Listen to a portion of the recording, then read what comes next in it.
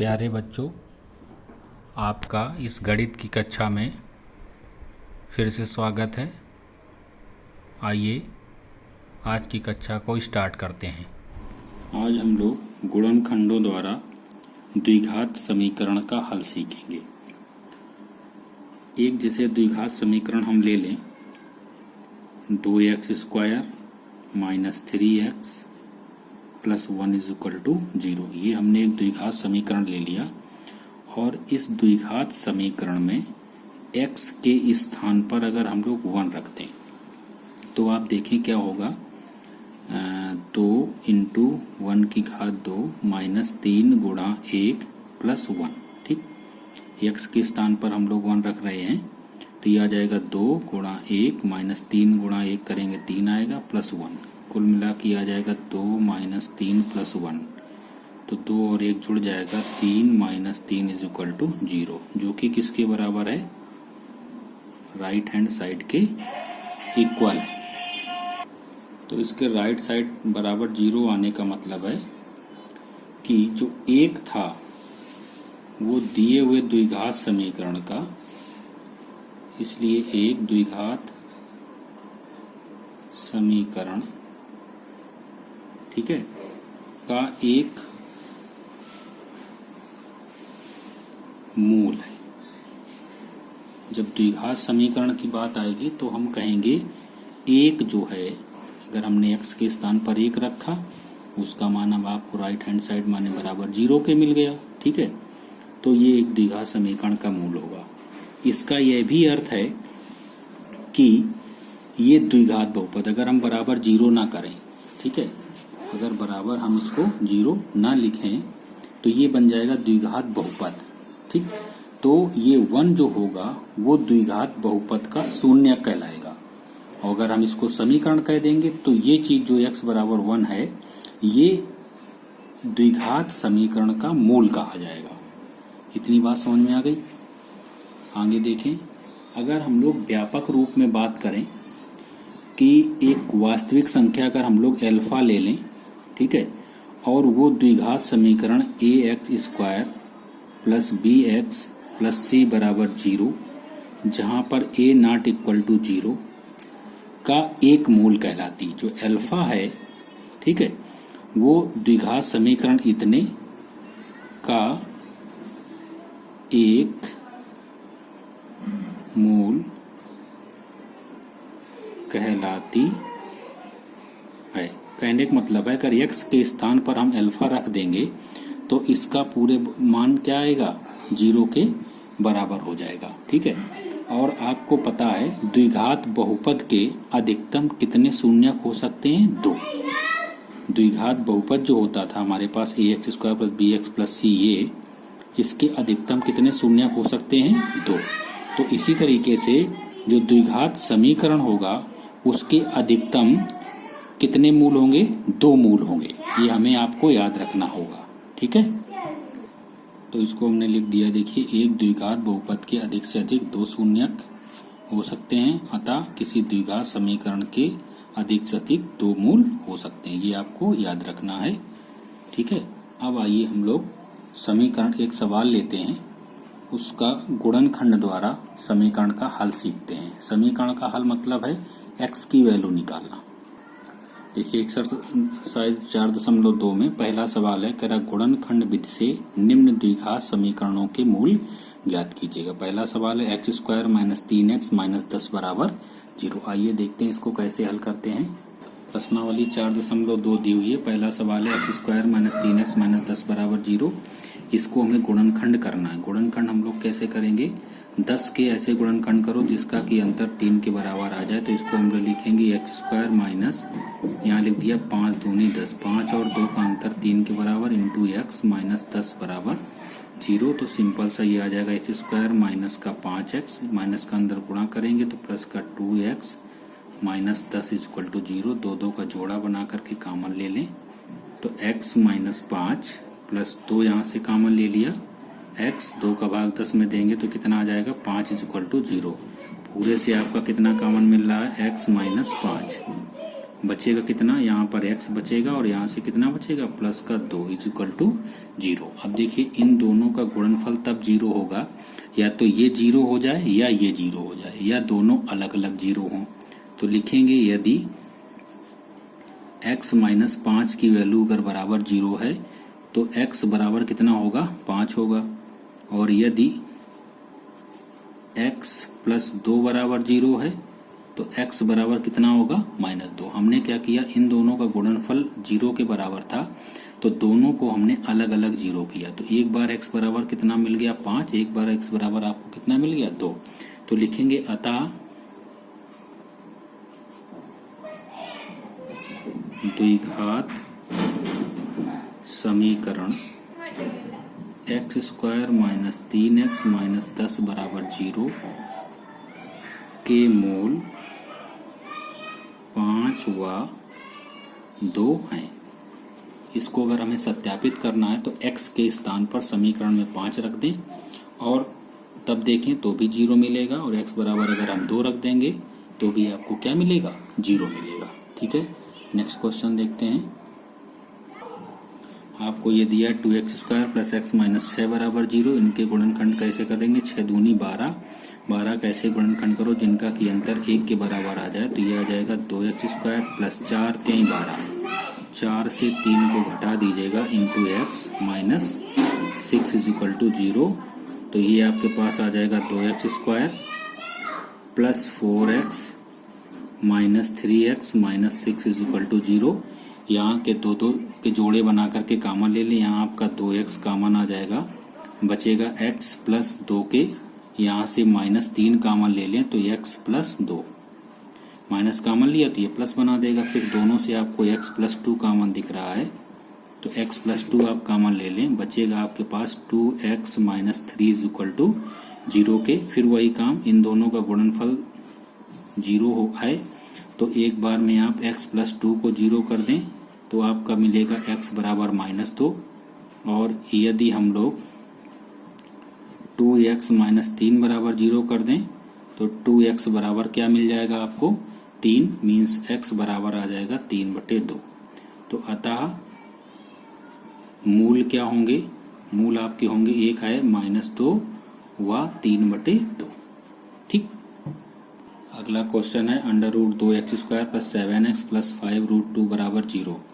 5√2 और √2 का गुणा करेंगे, √2 इंटू √2 होगा तो 5 दूनी 10, 10 के ऐसे गुणनखंड करो जिनका की योग 7 के बराबर आ जाए। तो 5 दूनी 10, तो इसको हम लिखेंगे √2x² प्लस यहाँ पर लिखेंगे आप 5 प्लस 2 इंटू x प्लस 5 √2 बराबर 0 के। ये आपके पास आ जाएगा √2x² प्लस यहाँ गुणा करेंगे इसका तो 5x प्लस ये आ जाएगा आपके पास 2x प्लस 5 √2 बराबर 0 के।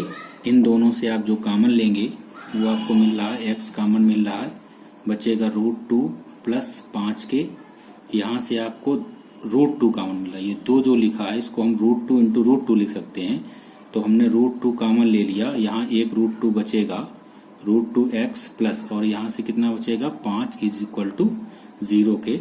अब आप देख रहे हैं यहाँ x और बचेगा बेटा, क्योंकि x कॉमन लिया आपने, x² था, यहाँ x और आएगा। अब दोनों से आप देख रहे हैं √2x प्लस 5 कॉमन मिलेगा आपको, क्या बचा यहाँ से x बचा और प्लस ये कितना बचा √2 इज इक्वल टू 0 के। अब इन दोनों का गुणनफल अगर 0 है तो एक एक को हम लोग 0 करें। यदि √2x प्लस 5 पहले वाले ब्रैकेट को हमने लिया उसको बराबर किसके कर दिया 0 के, तो √2x इज इक्वल टू ये आपके पास आ जाएगा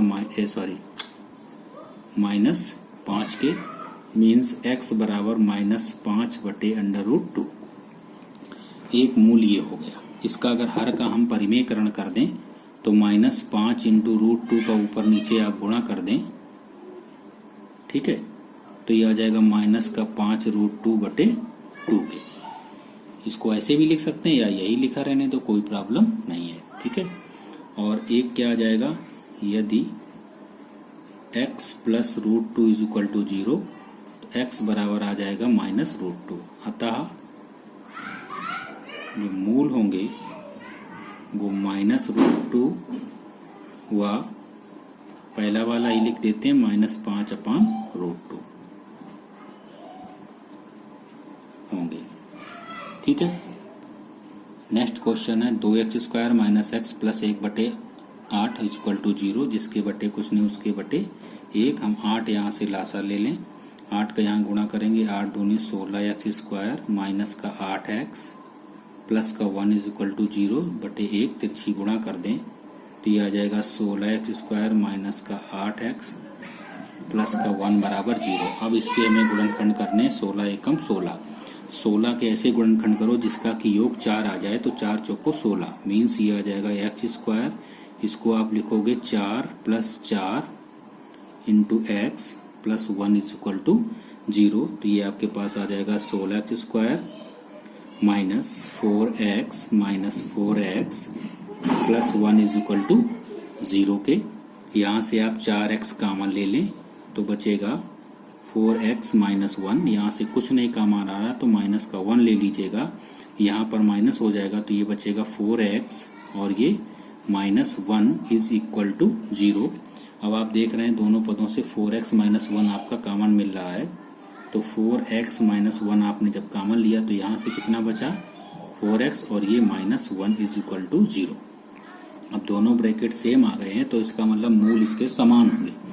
तो लिखेंगे यदि 4x माइनस 1 = 0 मीन्स 4x बराबर 1 मीन्स x बराबर 1/4।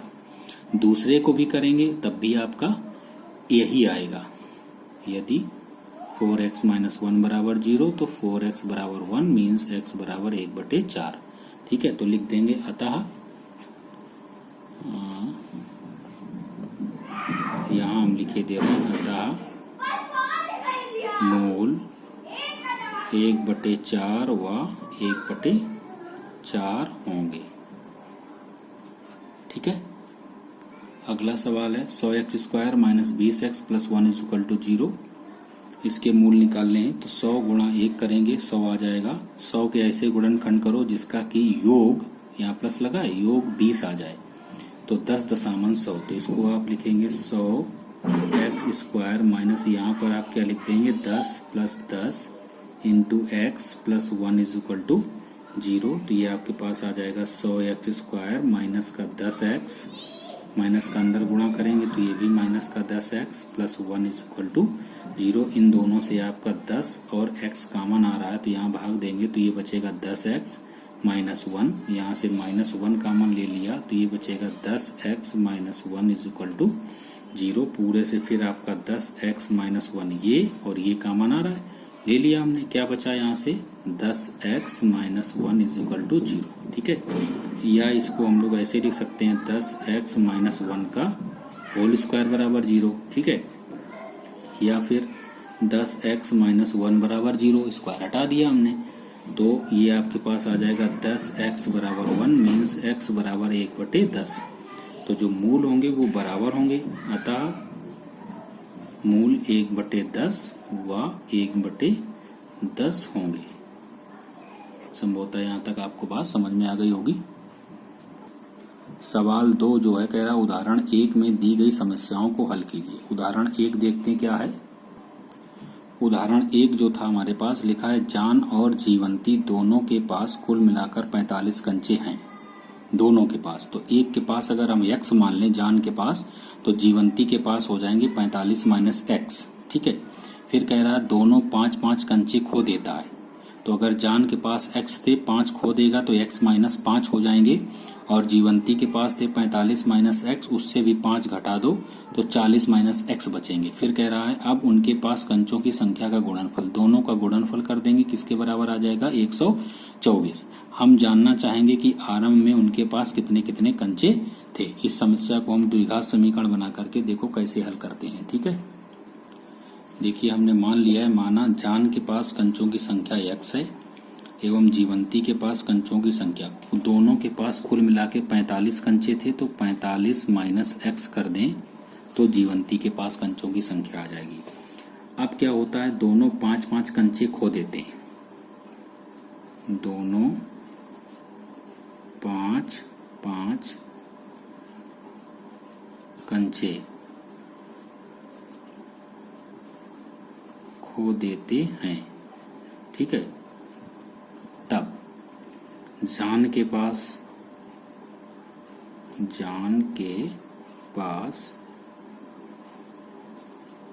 कंचों की जो संख्या होगी वो और 5 कम हो जाएगी। पहले x थी, 5 खो दिए तो खोना का मतलब माइनस, एवं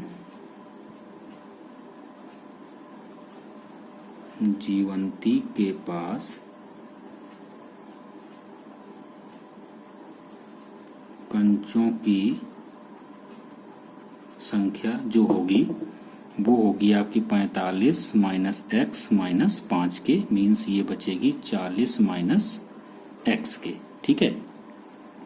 और प्रश्न में आपको दिया हुआ है कि कंचों की संख्या का गुणनफल, चूंकि कंचों की संख्या का जो गुणनफल है वो आपका 124 के बराबर है। तो 5 खोने के बाद जो कंचे बचे थे उनका आप गुणनफल कर दीजिएगा। x माइनस 5 जान के पास और इसके पास 40 माइनस x बराबर आ जाएगा 124 की। गुणनफल कर दिया, गुणा, चूंकि सवाल में दिया था कि गुणा करो। 40 का यहाँ x में गुणा करेंगे तो 40x आ जाएगा, 5 में करेंगे तो ये आपका 200 आ जाएगा। फिर माइनस x का करेंगे x के साथ में, माइनस का x स्क्वायर आ जाएगा, यहाँ करेंगे माइनस x का 5 के साथ तो प्लस का 5x आ जाएगा बराबर 124 के, ठीक है। तो ये आपके पास आ जाएगा माइनस का x स्क्वायर प्लस 40x और 5x प्लस का 45x माइनस का 200 और माइनस का 124 बराबर 0, ठीक है।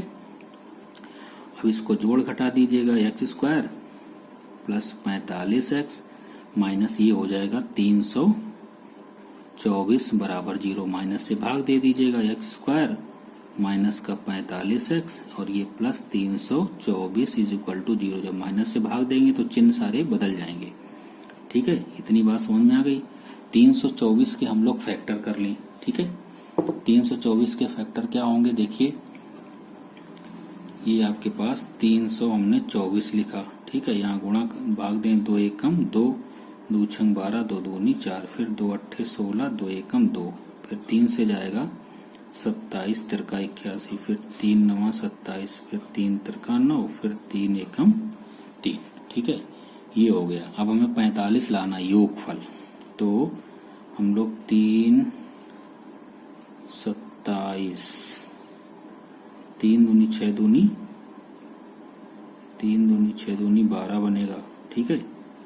तो कुछ ऐसा बनाओ जोड़ा कि 45 आ जाए, ठीक। तो दूनी 4 तें 12 दूनी 24, 24 और 9, 24 9 भी नहीं बनेगा। 2 दूनी 4 तें 12, 12 तें 36, ये 36 बनाओ, ठीक है। और 3 तिरका 9, 36 9 45। तो इसको हम लोग लिख सकते हैं x square minus 36 plus 9 into x plus 324 बराबर 0। हमने पेयर बना लिए जिनका योगफल हमें कितना मिल गया था, 45 मिलना चाहिए था। इसलिए हमने 2 दूनी 4 तें 12 तें 36, 36 ये लिया और 3 तिरका 9 ये लिया, 36 9 कर दिया, ठीक है। अब इसको हम लोग क्या करेंगे, x square minus 36x minus 9x plus 324 बराबर 0 के। यहाँ से आप x कॉमन ले लें, बचेगा आपके पास x माइनस 36 के, माइनस का 9 कॉमन, x यहाँ माइनस 9 का भाग देंगे, 9 तियां 27, 9 छक्का 54 इक्वल टू 0। अब पूरे से आपका आ जाएगा x माइनस 36 कॉमन, पूरे से आप यहाँ पर x माइनस 36 कॉमन ले लें तो बचेगा आपके पास यहाँ पर x माइनस 9 बराबर 0 के, ठीक है। अब वही बात है कि इन दोनों का गुणनफल कब 0 होगा, जब ये दोनों अलग अलग 0 कर दिए जाएं। तो x बराबर ये आपका 36 आ जाएगा, और यदि x माइनस 9 बराबर 0 तो x बराबर 9 आ जाएगा, ठीक है। तो दोनों के पास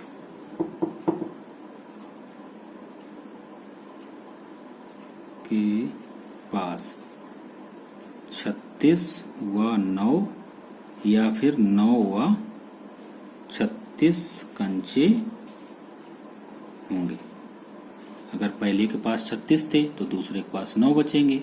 अगर पहले के पास 9 कंचे थे तो दूसरे के पास कितने बचेंगे? 36 बचेंगे। ठीक है।